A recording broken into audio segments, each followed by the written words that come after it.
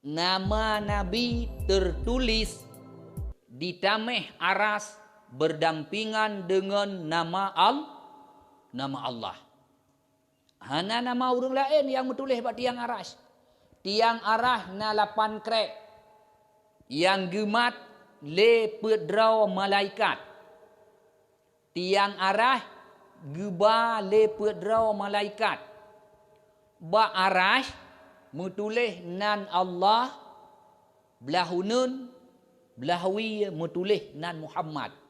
Lagi orang kita yang pegat bak tameh masjid, bak tameh menasah Allah belah nau, Muhammad belahwi. Menan metulis berdampingan nama Nabi Muhammad dengan nama Allah. Tatanya tu menyonan Nabi berdampingan di binih nama Allah. Nabi nya nyo urang haya ba Allah. Nyo menyakan urang haya pubut nanan ke kenan. Nyan haya Nabi katanya.